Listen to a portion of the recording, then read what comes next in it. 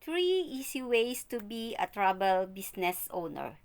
Step 1, mag-share. Mag-share ka lang ng mga pictures ng mga magagandang view at travel destination at tour packages. May mga ready-use post and photos na kami na pwede mo gamitin. Step 2, book.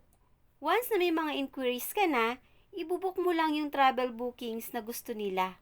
Gagamit ka ng all-in-one booking platform.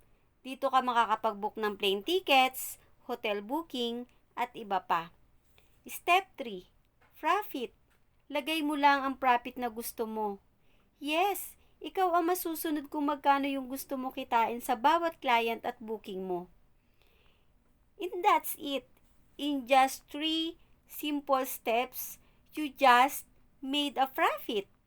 You just click the button to learn more.